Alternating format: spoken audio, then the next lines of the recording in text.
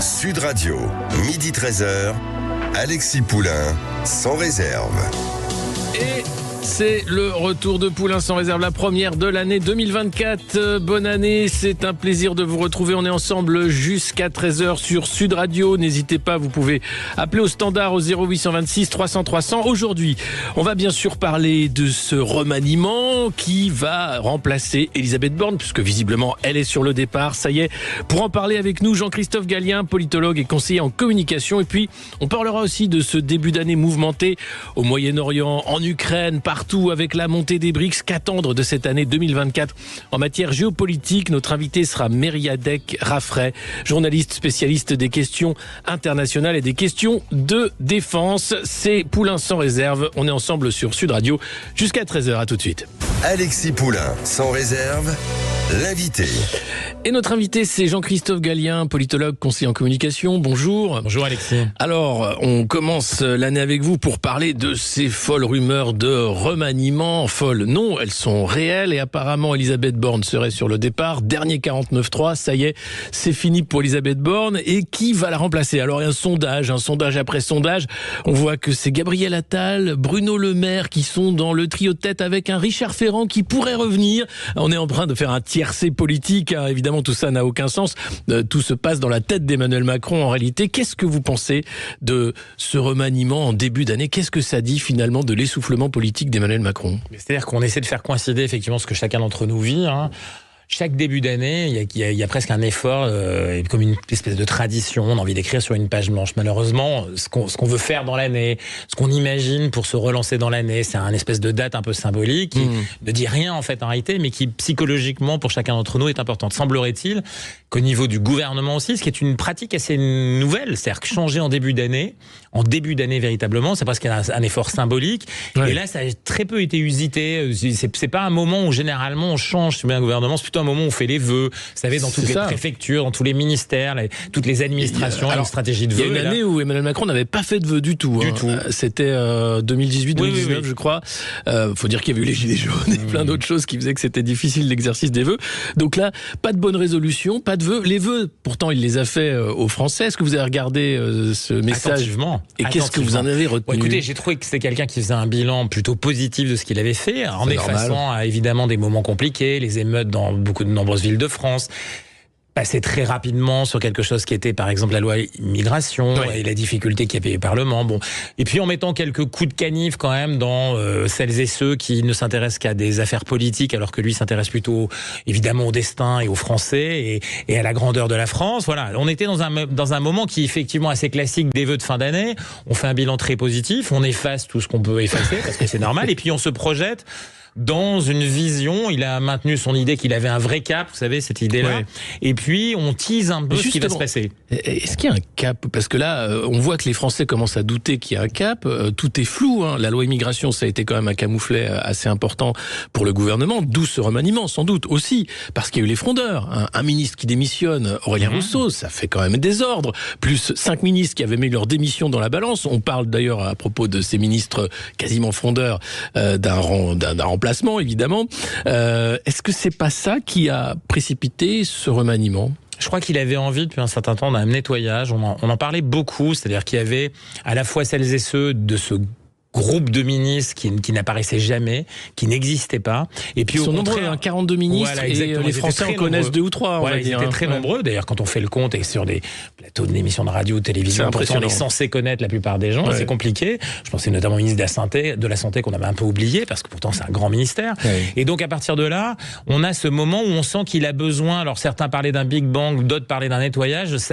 C'est dans l'esprit d'Emmanuel Macron, je pense, depuis la rentrée, depuis l'été, parce que ce qui a été le facteur d'accélération, évidemment, c'est ce que vous avez dit. C'est-à-dire c'est ce moment complexe, pour pas dire terrible, de la loi immigration, qu'il n'était pas prévu, qui avait produit cet effet-là, et qui a produit un effet de sidération avec des ruptures, non pas simplement cette fois-ci avec une majorité qui n'existe pas à l'Assemblée nationale, majorité absolue, mais relative, et à l'intérieur de cette majorité relative, des ruptures très fortes entre, évidemment, le bord droit et le bord gauche, de cet ensemble un peu, évidemment, très particulier, complexe, qui est la Macronie, entre des gens qui venaient des Républicains, puis d'autres du Parti Parti socialiste. Est-ce que c'est pas plutôt qu'un ensemble complexe, un ensemble incohérent? Et est-ce que cette loi immigration n'a pas mis fin en même temps? C'est-à-dire que ça a été une manière de conquérir le pouvoir. Je pense que pour certains, pour lui, beaucoup d'opportunisme. C'était ce flair politique qu'on a vu en 2017, et puis d'opportunisme pour les uns et les autres. On pense à Monsieur Le Maire, on parlait de favoris tout à l'heure pour Matignon.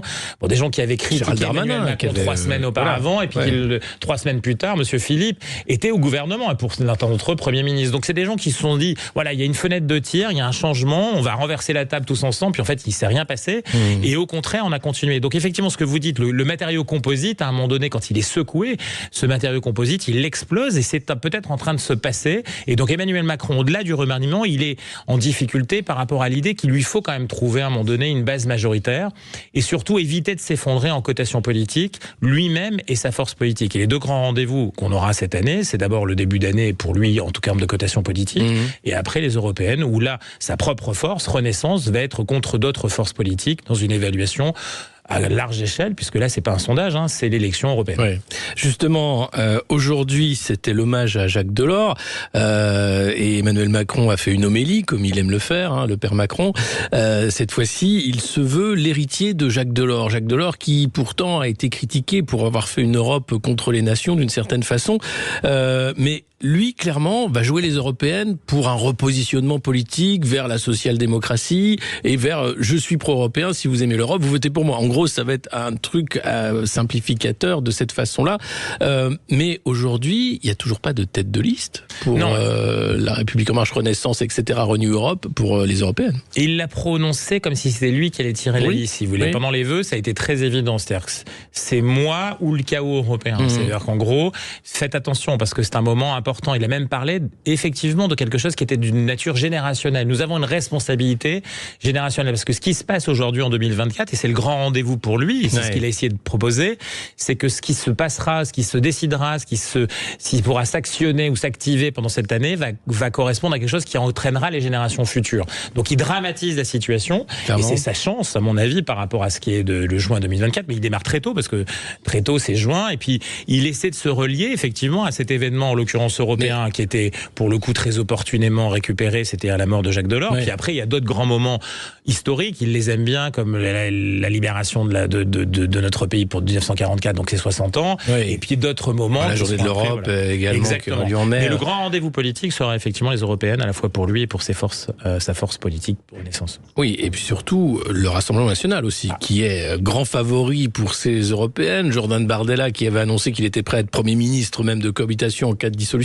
Est-ce que, en cas d'échec aux européennes, la dissolution est probable cet été? Il n'y a plus beaucoup d'armes après, si vous voulez, parce que c'est ça la difficulté. C'est-à-dire qu'il est de manière structurante dans une majorité dite relative. La difficulté pour toutes les forces politiques qui sont en train d'aujourd'hui de s'interroger sur ce qu'elles doivent faire après les européennes, c'est d'essayer d'être performances européennes. Je parlais de cotation tout à l'heure, c'est très important. C'est pour ça qu'il y a une difficulté à trouver, à mon avis, la tête de liste face à notamment Bardella qui au Rassemblement national fait aujourd'hui tutoie les 30%, ce qui est un point et ce qui est un plafond essentiel pour le Rassemblement national qui, à mon avis, dicte ou pas la possibilité pour eux, dans la prochaine présidentielle, d'être vraiment à la hauteur de ce qu'ils veulent être. C'est-à-dire non pas un finaliste perdant, mais quelque chose qui peut tutoyer effectivement une victoire potentielle au deuxième tour. Alors sur les européennes, le Rassemblement national a quand même toujours fait des bons scores. Quasiment. Oui, mais 30, c'est pas pareil. Oui, c'est 30, c'est pas pareil. Ça veut dire aussi que les autres vont baisser. C'est-à-dire que si lui, il fait 30, ça veut dire qu'effectivement, la liste de la Macronie va elle aussi baisser. Il faut dire que la liste aux européennes part de loin. La dernière tête de liste, c'était quand même Nathalie Loiseau, qui n'était pas quand même très médiatique et qui est passée. Oui, mais avec un score qui était somme toute, si vous voulez, quelque chose qui maintenait le président de la République dans quelque chose de tout à fait honorable. Imaginons que cette liste-là, avec l'association potentielle, ou en tout cas à distance avec les Républicains, tombe dans des chiffres qui sont encore plus bas, c'est-à-dire plutôt autour des 20 points. Là, on est dans une vraie difficulté avec un Rassemblement national qui s'échapperait, et pourquoi pas une force de gauche parmi celles qui sont là, qui ferait un bon résultat. On pense notamment aux Verts qui font souvent des bons résultats à ce moment-là, mais peut-être aussi d'autres mouvements. On est dans un moment très particulier. Encore une fois, toutes les forces politiques sont en ce moment en train de se jauger sur ce moment-là. C'est pour ça d'ailleurs que c'est difficile de créer des associations négociation réellement électorale et que chacun joue sa partie. Et justement, est-ce que c'est pas un jeu de bonneteau qui est en train de se passer sous nos yeux, ce remaniement qui permettrait de sortir un peu des personnalités médiatiques pour les mettre aux européennes? Et pourquoi pas Elisabeth Borne qui quitte le poste de Premier ministre pour devenir tête de liste de Renew Europe aux européennes? Vous avez ces deux voies, vous avez raison. La première voie, c'est effectivement de se libérer un peu de potentiel de gens qui ont eu de l'audience, en tout cas une capacité d'exposition assez forte et qui peuvent entraîner, c'est vrai, la liste européenne. Vous avez tout à fait raison de parler d'un Premier ministre qui pourrait partir, cette fois-ci guerroyer, puis ça correspond à peu près. On l'a un petit peu accompagné dans son développement politique finalement dans cette période-là. Et puis de l'autre côté, c'est aussi potentiellement de créer des associations. On pense notamment à des prises de guerre qu'on attend sur les Républicains. Ça, on en parle depuis de longs mois, mais en réalité ça ne se traduit pas. Peut-être un Premier ministre qui irait dans cet axe-là, ou quelqu'un qui, comme M. Attal, pourrait représenter un pont potentiel avec effectivement une droite qui, sur l'éducation, sur l'autorité, sur évidemment la sécurité. Bon, on élimine M. Darmanin parce qu'il a un peu loupé sa candidature. C'est le grand perdant. Exactement. Il a perdu quand il a voulu s'échapper tout seul. C'est Mme Borne qu'on a envoyé pour le corriger immédiatement. Rappelons-nous de cette espèce de volonté de sortir tout seul. Et puis, il a pris une grosse gifle par Mme Borne. Donc, on peut imaginer que ça va se situer plutôt dans quelque chose qui est autour effectivement d'un bord droit, parce qu'on imagine peu. Alors Monsieur Ferrand, oui, c'est l'inverse. Vous voyez, si vous voulez, c'est encore la Macronie. Maintenant, vous avez raison de le dire, c'est deux axes, deux flux. Le premier flux, c'est envoyer peut-être de nouveaux soldats qui ont eu leur chance gouvernementale se confronter cette fois-ci à l'élection. Exactement, qui est européen, qui a beaucoup travaillé auparavant. Même si ceux-là, à mon avis, vont être plutôt sanctionnés parce qu'ils ont été frondeurs. Et je pense que même Emmanuel Macron s'y attendait pas. Et je pense que ça a été un moment très difficile. Sa conseillère culturelle, devenue ministre de la Culture, qui elle-même vient demander ça suffit, on peut pas continuer comme ça. C'est quand même, à mon avis, quelque chose qui a du mal à passer. Maintenant, avec Emmanuel Macron, on ne sait pas. Et ça veut dire que nous aurons peut-être un vrai changement tactique qui est peut-être celui de la dernière chance. Encore une fois, vous avez raison de le dire, parce que les européennes passant, s'il y a échec à ce moment-là, c'est vrai qu'après, les mois vont être longs. Ce sera la dissolution. Tout ce qui restera éventuellement, c'est de finir en cohabitation et de dire qu'après lui le déluge, d'une certaine façon. Exactement. Ouais. Mais est-ce que, au-delà du remaniement, ça reste quand même lui, le seul responsable, comme il l'avait dit, rappelez-vous, à l'époque de la crise de Benalla et du coffre, ça ne changera pas grand-chose de l'orientation de la politique internationale ni nationale. On voit que les thèmes d'Emmanuel Macron, ils ont été posés pendant ses vœux. Ça reste le soutien à l'Ukraine, la transition énergétique et écologique, l'Europe. Il n'y a pas grand-chose qui va changer, en fait, d'un nouveau gouvernement ou pas. La question qui se pose, c'est les révoltes sociales, c'est la gronde, les agriculteurs. On a vu en Allemagne, mais aussi en France, la réforme des retraites qui est quand même très mal passée auprès des syndicats, qui sont prêts à remettre peut-être un second round. Et puis l'inflation, le pouvoir d'achat qui continue de faire peur aux Français, de les inquiéter, et aucun signe d'une politique qui verrait une baisse des prix ou qui aiderait les salaires à augmenter. Est-ce que c'est pas une fuite en avant finalement pour cacher sous le tapis tous ces problèmes qui sont graves et qui ne font qu'empirer ? Alors évidemment, il est face à ce que beaucoup de gouvernements en Europe et ailleurs subissent ou sur lesquels ils sont confrontés. Je pense qu'il y a une architecture européenne sur laquelle il est présent, mais qui elle-même est en grande difficulté en termes d'équilibre, en termes de positionnement. C'est-à-dire que la France se cherche des alliés, mais parce que les blocs à l'intérieur de l'Union européenne sont en grand mouvement, que l'Allemagne joue son propre rôle, évidemment, à la veille des européennes, et qu'elle a toujours joué sa carte de cette manière-là, et qu'autour gravitent des forces qui ont fait basculer vers l'Est, à la faveur de ce qui se passe en Ukraine, le centre de gravité européen, on pense depuis les États baltes jusqu'à la Hongrie, qui sont pourtant pas très associés. Avec dedans, évidemment, ce qu'on a très peu commenté, pas assez commenté, c'est une otanisation de l'Europe, si vous voulez, qui est très importante. Donc, en réalité, par exemple, moi, vous savez, je travaille à Bruxelles et j'ai une société qui travaille à Bruxelles sur l'influence européenne. On s'est posé la question à un moment donné, si on devait pas déplacer notre siège plutôt de le faire à Bruxelles, d'aller directement à Washington et traiter nos affaires directement là-bas. C'est pas une plaisanterie. La réalité, oui, parce que c'est la réalité aujourd'hui. On est dans un contexte, c'est quand même très. Alors, les élections américaines vont peut-être changer cette donne-là, mais c'est une réalité aujourd'hui qui se joue vraiment aujourd'hui dans ce contexte-là. Donc la France elle-même, elle subit ces pressions-là et ces mouvements de plaque. Et à l'intérieur, elle vit aussi ses propres mouvements, ses propres sécessions ou ses propres divisions. Et aujourd'hui, c'est vrai qu'Emmanuel Macron, face à ce contexte-là, sans majorité, à l'Assemblée nationale, devant toujours texte après texte, essayer de combiner des majorités de projets, et ben c'est très compliqué. Et donc ça ne repose que sur lui, puisque la seule marque politique aujourd'hui dans son camp qui existe, c'est lui, et peut-être éventuellement demain quelqu'un comme Monsieur Attal qui pourrait émerger davantage si on lui donne la chance. C'est incroyable quand même. Ça, quand même, l'explosion de Gabriel Attal, parce que nommé ministre de l'Éducation nationale, et d'un seul coup, ça devient le chouchou des sondages. On a l'impression d'assister à la nouvelle naissance d'Emmanuel Macron. Emmanuel Macron bis. Oui, c'est un petit peu un clone entre parenthèses en voie de réussite, avec le même opportunisme, si vous voulez. Je pense qu'on a le sentiment que c'est quelqu'un qui a saisi un ministère alors que finalement peu de gens avaient envie de s'en emparer, dans un contexte où il a senti une opportunité, notamment sur la voie de l'autorité, sur la voie de ce qui était effectivement des sujets très populaires dans le contexte, vous savez, les résultats, les classements. Il a mis l'accent sur toutes ces difficultés, ces erreurs finalement à répétition. C'est que des annonces aujourd'hui. Exactement. Et aujourd'hui, on attend. Mais c'est quelqu'un qui est assez fort sur l'occupation du terrain médiatique, sur l'occupation à la fois physique du terrain médiatique, c'est-à-dire se déplacer, aller dans les écoles, parler, et puis aussi d'envoyer effectivement ces cartes postales régulières qu'il émet. Et en cela, il est très proche d'un Emmanuel Macron qui beaucoup commente de plus en plus, commente ce qui est en train de se passer, et plus en difficulté. Et c'est normal, puisque sans majorité, c'est difficile. Alors, soyons clairs, il y a quand même des textes qui sont passés, des textes qui fondent une partie de ce qu'il est, c'est-à-dire 22, sur le terrain économique, exactement. Et on est passé en force, et on est passé avec les moyens du bord aujourd'hui, mais ça gouverne. Il faut considérer que ça gouverne quand même dans ce pays.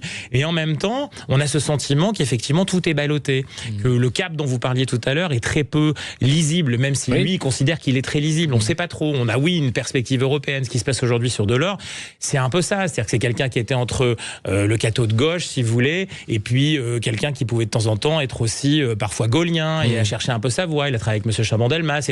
Et donc c'est un peu ça, Emmanuel Macron, finalement. Il retrouve quelque part un enracinement dans cette espèce de capacité assez largement opérant sur l'échiquier politique français et européen. Aujourd'hui, en France, on a besoin de quelque chose qui soit beaucoup plus clair, et au niveau européen aussi, c'est-à-dire qu'on est dans des zones de combat. Ces zones de combat nécessitent quelque chose qui est beaucoup plus guerrier au sens noble du terme, ce plan politique. C'est pas certain qu'on l'ait. Alors, on va attendre le gouvernement. On n'a pas eu jusqu'à présent. Merci beaucoup Jean-Christophe Gallien d'être venu avec nous sur ce remaniement. On va voir, c'est dans les heures qui viennent, dans les jours qui viennent, si nous avons eu raison et si on aura un cap un peu plus clair. Merci. Merci à vous. On se retrouve dans un instant pour l'édito et on parlera géopolitique. On est ensemble jusqu'à 13h, 0826 300 300. Vous êtes sur Sud Radio et à tout de suite. Alexis Poulain, sans réserve, l'édito. Alors, c'est 2024 et c'est l'année des Jeux Olympiques à Paris. Et oui, et on est prêt. On est vraiment prêt, c'est vrai. On a tellement de choses en tête. Alors, c'est vrai, la scène baignable. Il y a les taxis volants qui vont peut-être arriver. Et puis, si on écoute Anne Hidalgo, lorsqu'elle était auditionnée par la Commission des Affaires culturelles, elle parlait de la candidature de la ville de Paris aux Jeux Olympiques de 2024. C'était en 2017. Eh bien, voilà ce qu'elle disait. Des innovations incroyables qu'on allait avoir pendant les JO. On l'écoute, c'est incroyable, vraiment. La voie olympique, ça sera sans aucun doute une voie sur laquelle il y aura des capteurs solaires qui récupéreront et l'énergie du solaire, mais sans doute aussi l'énergie de celles et ceux qui se déplaceront sur cette route-là. On va voir des équipements sportifs d'ici 2024 où on va récupérer l'énergie des joueurs et l'énergie des spectateurs pour le fonctionnement de ces équipements. Oui, quand même. Dès 2024, donc là, normalement, dans quelques mois, on aura des équipements pour récupérer l'énergie des joueurs et des spectateurs, en plus de l'énergie solaire. Enfin, vraiment incroyable. Alors, je ne sais pas où en est cette technologie de rupture. On a eu la crème quantique de Guerlain aussi. En ce moment, c'est incroyable. Ce qui est sûr, c'est que 2000 étudiants du Crous vont se voir réquisitionner leur logement durant les Jeux Olympiques. Alors, ils auront 100 € d'indemnité et 2 places offertes pour assister aux épreuves olympiques. C'est toujours moins magique que l'énergie des spectateurs et des sportifs, mais ça reste spectaculaire. Et puis, on n'oublie pas, j'en parlais tout à l'heure en introduction, les fameuses promesses de baignade dans la Seine. On écoute encore une fois Anne Hidalgo. On est en train de travailler sur un dispositif où on met des lignes d'eau qui délimite la zone de baignade et où on va pouvoir se baigner. Alors bien sûr, il faudra savoir nager là, parce que c'est quand même, il y aura pas de fond, on va pas mettre un fond ou un filet pour retenir les gens, mais ça va être quand même quelque chose d'exceptionnel et de spectaculaire. Exceptionnel et spectaculaire. Alors va falloir nager pour aller dans la Seine, mais pas seulement, va falloir avoir le cœur bien accroché. Il y avait des épreuves tests pour des épreuves de natation qui devaient avoir lieu en août dans la Seine. Elles ont été annulées parce que de fortes pluies inattendues ont rendu l'eau impropre à la baignade, évidemment. En tout cas, cette promesse de la Seine baignable, Jacques Chirac l'avait aussi tenue. Enfin, il l'avait dite, mais pas tenue. En tout cas, ce qu'a fait Anne Hidalgo, c'est qu'elle est allée à Tahiti, elle, avec une délégation d'élus parisiens, vous vous rappelez, fin 2023, pour parler de Paris-Plage. Ça, c'est sûr, Paris-Plage, ça ira. Et elle n'avait pas pu voir le lieu d'épreuve de surf qui devrait avoir lieu à Tahiti pour un souci d'agenda. Et puis, la dernière annonce qui pourrait aussi avoir du plomb dans l'aile, et c'est le cas de le dire, c'est les fameux taxis volants promis aussi pour les Jeux Olympiques. Certains élus parisiens se sont prononcés contre ce projet d'expérimentation de taxis volants sur la Seine. C'est ADP, Aéroport de Paris, qui porte ce projet. Les élus parlent, eux, d'un projet absurde, d'une aberration écologique. Il n'y a rien qui va dans ce projet. Un gadget totalement inutile et hyper polluant pour quelques ultra privilégiés pressés. Alors voilà, même les taxis volants pourraient ne pas voir le jour pour les JO. En tout cas, c'est sûr, on est prêt pour les JO de Paris, JO de la survie. Quand on voit l'état des transports parisiens et de Paris, je vous cache pas qu'on est tous inquiets ici. Mais allez, on garde l'esprit olympique et on y croit. Alexis Poulain, sans réserve, l'invité. Et tout de suite, pour continuer avec nous, notre invité, il s'agit de Mériadec Raffray. Bonjour, vous êtes journaliste, spécialiste des questions de défense et questions internationales. Je voulais avec vous voir, en ce début d'année, à valeurs actuelles, ouais. Absolument, quels sont les risques d'escalade aujourd'hui au Moyen-Orient. On a vu bien sûr la frappe sur Beyrouth pour éliminer un membre du Hamas. On voit l'Iran se positionner, le Hezbollah, et qu'est-ce qui pourrait se passer au-delà de l'intervention d'Israël dans la bande de Gaza ? Alors comme d'habitude, et surtout avec cette matière, je crois que la première des choses, c'est de rester assez prudent et d'observer les grandes tendances. Les événements des récents jours, ce que vous avez rappelé, le ciblage le 2 janvier du numéro 2 du Hamas par une frappe à l'évidence israélienne dans la banlieue sud de Beyrouth. Et Beyrouth est quand même un événement lourd de sens. C'est la première fois depuis le dernier affrontement entre le Hezbollah et le Liban en 2006 que Israël s'attaque délibérément à une cible, et une grande cible, une grosse cible à Beyrouth, la capitale libanaise. Donc ça veut dire quoi ? Ça veut dire Israël dit à tout le monde, elle dit nous irons jusqu'au bout, y compris en prenant le risque d'escalader dans la région. Ça veut dire aussi nous sommes en mesure de tous vous cibler. Alors évidemment, peut-être que ces gens-là n'avaient pas pris des protections suffisantes. C'est une rumeur qui court à Beyrouth, mais ça veut dire ça aussi. On sent que en ce début janvier, vous savez, en fin d'année, certains analystes pensaient qu'il y aurait sans doute la conclusion d'un cessez-le-feu assez relativement important. Et finalement, là, en début d'année, ces mêmes analystes soulignent à nouveau le risque qui existait le 7 octobre d'un embrasement du conflit. On sait aujourd'hui, le 7 octobre, on sait aujourd'hui que le 8 octobre, Tsahal a voulu profiter en fait du choc créé par l'opération du Hamas pour régler aussi son compte au Hezbollah. Donc je rappelle, le Hezbollah, c'est un peu l'équivalent du Hamas, la milice chiite qui contrôle une partie du Liban. Et on sait aujourd'hui que les Américains ont tordu le bras aux Israéliens pour ne pas exporter cette guerre. Ouais. On a l'impression aujourd'hui que ce risque est à nouveau sur la table, même si il faut quand même bien reconnaître de manière très pragmatique que le Hezbollah n'a aucun intérêt à se laisser entraîner dans cette escalade. On sent quand même que Israël aujourd'hui veut rééquilibrer en fait les choses en exportant sa guerre hors des frontières. On souligne aussi qu'il y a eu le 4 janvier une opération, enfin un attentat meurtrier revendiqué par l'État islamique en Iran. Oui. Tout ça est également de nature à, comment dirais-je, une nouvelle pique contre l'Iran, dont on sait que Israël l'a dans le viseur depuis des années. L'Iran qui aujourd'hui aujourd'hui, par la main des Houthis, les fameux rebelles yéménites, gêne considérablement le trafic commercial dans le détroit de Bab el-Mandeb, vous savez, qui donne l'ouverture sur la mer Rouge, qui elle-même conduit au canal de Suez. Donc tout ça sont quand même des éléments qui ne sont pas de nature à rassurer. Ce que je disais tout à l'heure, c'est que l'Iran et le Hezbollah n'ont objectivement aucun intérêt à se laisser entraîner dans cette escalade. Ils ont déjà obtenu ce qu'ils voulaient. Remettre sur la table internationale la question palestinienne. Ouais. Le Hezbollah aurait tout à perdre sur le plan domestique d'une guerre avec Israël. Mais de l'autre côté, les forces du Hezbollah sont puissantes. Et si le Hezbollah devait faire la guerre, je pense qu'il le ferait sans hésiter.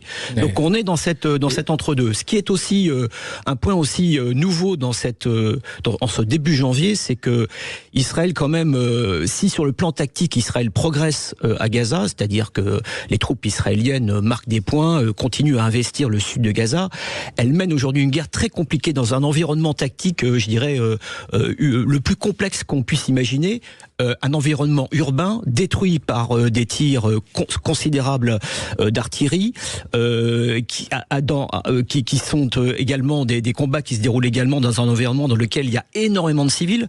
Oui. Les pertes, les chiffres invérifiables, mais plus ou moins confirmées quand même. En tout cas, les proportions sont confirmées des pertes civiles sont importantes. On parle de 50 000 morts environ. On parle de 22 000 morts environ, 50 000 blessés. Et Israël reconnaît reconnaît plus ou moins que les 2/3 de ces pertes sont des civils. Donc ça c'est également ces éléments-là en fait font que si Israël progresse et gagne la guerre tactiquement sur le terrain, est en train de la mener. En revanche, elle perd la guerre médiatique. Elle a perdu la guerre médiatique. On voit bien. Sur le plan international, ses positions sont très compliquées et en témoigne en particulier la position américaine vis-à-vis du conflit et vis-à-vis d'Israël. Donc, les États-Unis continuent à soutenir militairement leur allié historique, mais on voit bien qu'ils mettent la pression sur Israël pour essayer de réfréner Israël d'éviter l'escalade. Voilà, exactement. Sans cette peur, le porte-avions américain qui bouge, qui ne reste pas voilà, dans le coin. Les annonces de Joe Biden aussi, qui critiquent la position israélienne, et la campagne aussi présidentielle américaine qui va s'intensifier, qui fait que ce sujet israélien ne doit pas devenir un sujet de campagne. Donc, je pense qu'il est de l'intérêt de Biden, mais aussi de Trump, de régler cette question-là avant de rentrer en campagne. Évidemment, surtout de Biden d'ailleurs, puisque Trump est un allié, les républicains sont traditionnellement des alliés, historiques des Israéliens. Mais on voit aussi une chose, c'est que pendant que les combats se déroulent et se durcissent, aujourd'hui l'objectif d'Israël, c'est finalement de reprendre le contrôle de la frontière avec l'Égypte, qui aujourd'hui est contrôlée par l'Égypte justement, pour refermer cette nasse et pour contrôler cette nasse. On voit bien que les décideurs israéliens sont à nouveau très, divisés dans l'après-conflit. C'est-à-dire qui va gérer Gaza, comment gérer Gaza.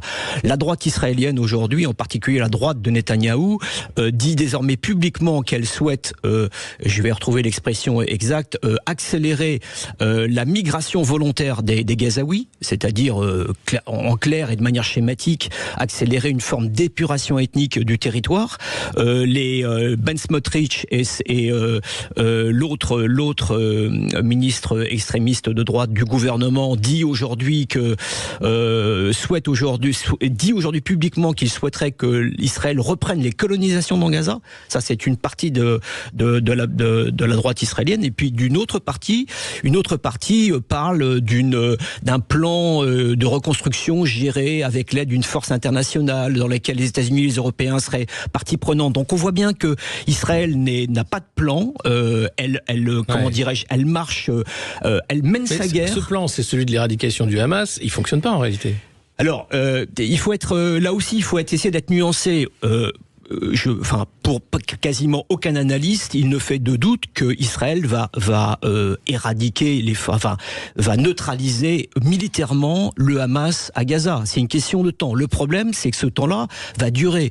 Le Premier ministre israélien reprend ce que dit son état-major. La guerre va durer pendant plusieurs mois encore. Ça fait 4 mois, 3 mois, 4 mois que ça dure. C'est une guerre longue.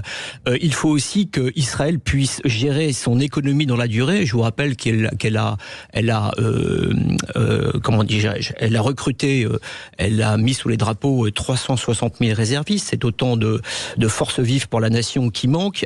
On sait aujourd'hui, là, en début d'année, elle a renvoyé dans ses foyers plusieurs milliers de réservistes, justement parce qu'il faut maintenant que son économie recommence à fonctionner de manière normale. Donc elle a aussi cet impératif, cette contrainte. Donc Israël, en fait, fait cette guerre qu'elle fera, je pense, jusqu'au bout, parce que l'opinion publique la soutient vraiment, mais elle fait cette guerre avec des contraintes qui se multiplient, des contraintes domestiques, des contraintes régionales, des contraintes internationales. Humanitaires aussi, à Gaza. Évidemment. On se retrouve dans un instant avec vous, Meredith Rafrek, pour parler bien sûr de la situation internationale, pas seulement à Gaza, mais aussi en Ukraine, et puis la montée des BRICS, que j'aimerais évoquer avec vous. À tout de suite sur Sud Radio. Sud Radio, midi 13h, Alexis Poulain, sans réserve. Sud Radio, midi 13h, Alexis Poulain, sans réserve. Et avec nous jusqu'à 13h, Meredith Rafrek, journaliste chez Valeurs Actuelles, spécialiste des questions de défense et des questions internationales. On parlait bien sûr de la situation au Moyen-Orient et de la position américaine par rapport au soutien ou non à Israël. Et puis, autre question importante en ce début d'année, c'est la guerre en Ukraine et la question, là encore, du soutien américain et européen à l'effort de guerre ukrainien face à la Russie. Où on en est aujourd'hui ? Écoutez, pour moi en tout cas, les choses se clarifient. En fin d'année, en fait, il y a eu quand même 2 événements majeurs dans l'environnement de cette guerre en Ukraine, au Donbass, sur laquelle je reviendrai juste après. Le premier événement, c'est que les congressistes américains n'ont pas voté le paquet de 60 milliards de dollars d'aide pour 2024 que demandait la Maison Blanche pour continuer à soutenir à la hauteur qui était la sienne en 2023 son allié entre guillemets ukrainien. Ça, c'est le premier événement important. Alors ça ne veut pas dire qu'ils vont pas remettre ça sur la table là la semaine prochaine quand ils vont rentrer de vacances. Mais pour l'instant, l'Ukraine a un budget pour faire sa guerre en 2024 qui est proche de 0. Donc c'est factuel. Ils n'ont pas d'argent. Ils ont des grosses pertes également. Je parle d'argent là. Si vous voulez bien, je vais finir l'argent puis ensuite on passera au problème humain.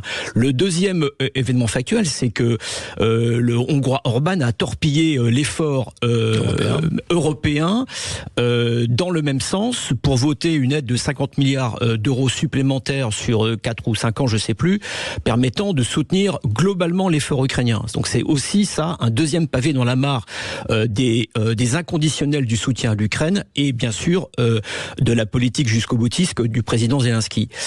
Deuxième élément majeur qui aujourd'hui n'est quasiment plus discuté par les analystes, c'est le fait que l'Ukraine a perdu énormément d'hommes dans cette fameuse contre-offensive qui devait être miracle et qui s'est avérée être un échec cuisant. Il faut l'offensive de l'été, l'offensive de l'été, 4 juin, qui s'est terminée fin septembre, début octobre. Échec qu'on finit par reconnaître Zelensky, et en particulier son général en chef Zaloujny, dans un interview absolument limpide pour ceux qui savent lire les propos militaires dans The Economist le 1er novembre dernier, je crois. Les gens peuvent aller voir. Ça, c'est le deuxième chose. On a vu en fait que malgré l'argent dépensé en 2022 en soutien à l'Ukraine, l'armée ukrainienne a été incapable de percer la défense russe. Ça, c'est quand même... il y avait aussi un manque criant de munitions, les avions qui n'étaient pas là, enfin les Ukrainiens passent leur temps à demander plus de soutien, plus d'armes. Plus de soutien, mais et ils ont raison de demander plus de soutien. Ils savaient qu'en fait, avec une vingtaine de brigades armées par l'OTAN, sans soutien aérien, finalement, les quelques analystes disaient déjà qu'ils n'avaient très peu de chances de réussir leur percée. Ils se sont fait laminer. Et en fait, si vous voulez, c'est le contraire de ce qui s'est passé en 2022. C'est que les Russes, cette fois, étaient en défensive. Et donc, en fait, les pertes ont été maximum dans les unités ukrainiennes. Donc, l'Ukraine commence l'année sur le front du Donbass avec ces deux éléments qui sont vraiment en sa défaveur. Le front aujourd'hui de 1000 km environ. Sur tout le front aujourd'hui, ce sont les Russes qui ont repris l'initiative et qui poussent lentement, qui évite des pertes et qui réitère en fait cette tactique qui devient claire aujourd'hui. C'est ce que j'appelle moi le grignotage, c'est-à-dire que ils poussent en prenant le minimum de risques et en prenant le minimum de pertes humaines. C'est-à-dire qu'ils ont une espèce de stratégie inverse de celle des Ukrainiens. Les Ukrainiens, on mise tout pour essayer de casser le front russe. Ils ont tout perdu et ils n'ont pas réussi leur objectif.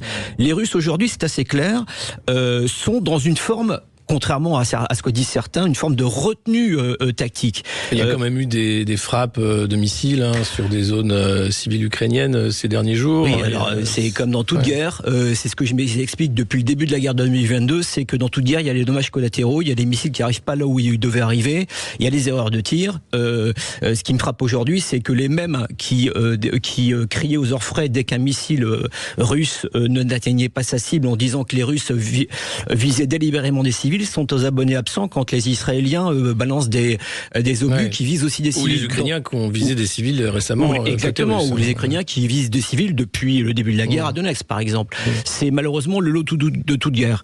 Ce qui m'apparaît clair aujourd'hui, c'est que la stratégie occidentale vis-à-vis de l'Ukraine est dans l'impasse. Premièrement, et on voit aujourd'hui que la stratégie militaire est arrivée aussi dans une impasse. C'est-à-dire, on ne voit pas aujourd'hui. Personne ne veut l'avouer, ça. On a toujours Ursula von der Leyen qui pousse davantage des dépenses. Emmanuel Macron qui l'a rappelé dans ses vœux. Vous avez raison de le souligner. Je pense que c'est un élément très important, c'est qu'on a aujourd'hui une divergence de vues entre l'Europe et les États-Unis. Aux États-Unis aujourd'hui, mis à part les déclarations officielles de Joe Biden, vous avez aujourd'hui dans beaucoup de cercles conservateurs et même néo-conservateurs reconnaissent aujourd'hui que les États-Unis, reconnaissent aujourd'hui que la bonne stratégie serait de négocier avec les Russes. Le désengagement, en fait, ça y est, c'est fini. Négocier avec les Russes. Ils vont passer le désengagement, c'est pas ça. Non, c'est la négociation. C'est-à-dire maintenant, on a tenté l'offensive. Ça n'a pas marché et cyniquement, il faut négocier, il faut renégocier. Mais avec un président Zelensky aux commandes, la négociation est impossible, non ? Écoutez, pour l'instant, ça paraît évident, même si certains analystes ont noté que Zelensky esquissait le début d'une autocritique sur les réseaux sociaux. On verra. En fait, Zelensky, il est piégé. Zelensky, c'est l'homme qui empêche la situation de basculer maintenant. Et c'est un homme qui est encore, et vous le disiez tout à l'heure, toujours soutenu cette fois par les Européens, qui sont dans une forme de jusqu'au boutisme, dans une forme ils vont de l'avant sans vraiment savoir où ils vont. Je fais référence au discours d'Emmanuel Macron à Noël face aux troupes, en disant nous soutiendrons l'Ukraine jusqu'au bout. Qu'est-ce que ça veut dire ? Qu'est-ce que ça veut dire un engagement français face à la Russie, voilà, ça veut rien dire. Qui se pose à un ça moment veut rien dire et ça fait sourire quand on sait la réalité de la matérialité en fait de l'aide française. Cette aide française, elle est concrète si vous voulez, mais elle est comment dirais-je, elle est symbolique au regard des besoins ukrainiens qui seraient les besoins ukrainiens face au front russe. Donc vous pensez que la campagne présidentielle aux États-Unis va précipiter peut-être une solution négociée en Ukraine ? Mais le fait que les congressistes républicains et d'ailleurs les démocrates et républicains ne soient pas entendus sur la fameuse aide de 60 milliards de dollars pour 2024 en faveur de l'Ukraine est une illustration du fait que aujourd'hui les républicains ont pesé le pour et le contre et instrumentalisent de manière cynique et pragmatique le dossier ukrainien dans la campagne américaine. Ils vont dire à Biden, vous nous avez entraîné là où en fait on essuie un échec, votre politique ne mène à rien, il faut se désengager et dépenser cet argent au profit de la lutte contre l'immigration sur le Rio Grande face au Mexique. Ouais. Et au-delà de ces deux zones de conflit très chauds que sont le Moyen-Orient et l'Ukraine, on a vu en ce début d'année aussi les BRICS passer de 5 à 10 avec de nouveaux entrants. Les BRICS, ce sont ces pays, Brésil, Russie, Inde, Chine et Afrique du Sud, maintenant rejoints par Arabie Saoudite, Égypte et d'autres, qui sont en train Iran, vouloir créer une alternative à l'hégémonie occidentale sur le monde de la finance, mais aussi le monde de la géopolitique. Ouais, vous avez raison de Est-ce que souligner. c'est pas en train aussi là de rentrer dans la tête des politiciens à Washington, de se dire attention, le monde est en train de changer, et peut-être qu'on a intérêt à revoir un peu nos pièces là où elles sont posées sur l'échiquier mondial. C'est le troisième élément qui m'a frappé en cette fin d'année, lorsque les Européens, les Occidentaux étaient réunis, enfin, à leur initiative à la COP28 à Dubaï, aux Émirats Arabes Unis. Au même moment, les monarchies de l'OPEP, les monarchies pétrolières, Arabie Saoudite, Émirats Arabes Unis, ont invité Vladimir Poutine à venir le voir. Il s'est posé, Vladimir Poutine, avec son avion présidentiel, entouré de ses chasseurs Sukhoi 30 venant directement de Moscou sans avoir été ravitaillés. Il s'est posé au même moment, non pas à Dubaï, mais à Abu Dhabi, avant d'aller ensuite en Arabie Saoudite. Il a été reçu, lui, comme un chef d'État, comme un prince, avec tous les honneurs. Qu'est-ce qu'il venait en fait montrer l'homme qui est traqué par les Occidentaux, contre lequel il y a 17 000 sanctions, est venu montrer pactiser en quelque sorte avec le camp vous savez, le camp de ceux qui croient encore aux énergies fossiles, contre ceux qui sont en train d'essayer de promouvoir dans le monde entier ce fameux agenda en fait de la transition écologique, derrière lequel évidemment se cache toute l'industrie innovante, etc., l'occidentale, dont l'industrie française. Et on a là, les Chinois sont quand même bien placés pour ce qui est. Les Chinois, ils sont entre deux. Les Chinois sont entre deux. Ouais. Et donc en fait, on a là un nouvel affrontement qui devient clair aujourd'hui, une compétition qui devient un affrontement économique sur le pétrole en réalité. Ouais, voilà. Donc on a les alliances de l'OPEP, les puissances de l'OPEP, les puissances pétrolières, face à ces fameux occidentaux et à ce camp qui promeut en fait cette transition écologique, quoi qu'il en coûte en quelque sorte. Ouais. Et les monarchies arabes, les monarchies pétrolières et Poutine disent nous non, on est pragmatique. Tant qu'il faut encore du pétrole, soutenons le pétrole. Ça arrange tout le monde et ça arrange en particulier les Russes. Vous savez que le budget russe est à l'équilibre à un cours du baril de dollars à peu près de $50. Aujourd'hui, le baril, il a plus de $90. Ça lui permet largement de financer son effort de guerre.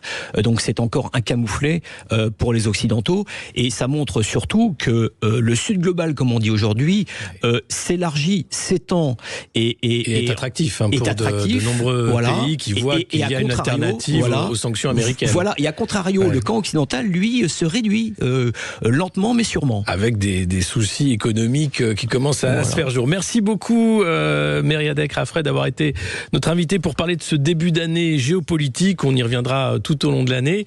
Dans un instant, c'est la culture dans tous ses états avec Céline Alonso et André Berkoff qui reçoivent à 13h Georges Niva et Stéphane Courtois pour une émission spéciale sur Alexandre Solzhenitsyn. On parlait de la chute de l'URSS avec l'archipel du Goulag. Et peut-être qu'on va vivre dans les années qui viennent la chute de l'Occident d'une autre façon. C'est ce que dit Emmanuel Todd. On espère l'avoir à notre antenne aussi prochainement. Merci beaucoup d'être fidèle à Sud Radio. Encore une fois, une bonne année et à bientôt.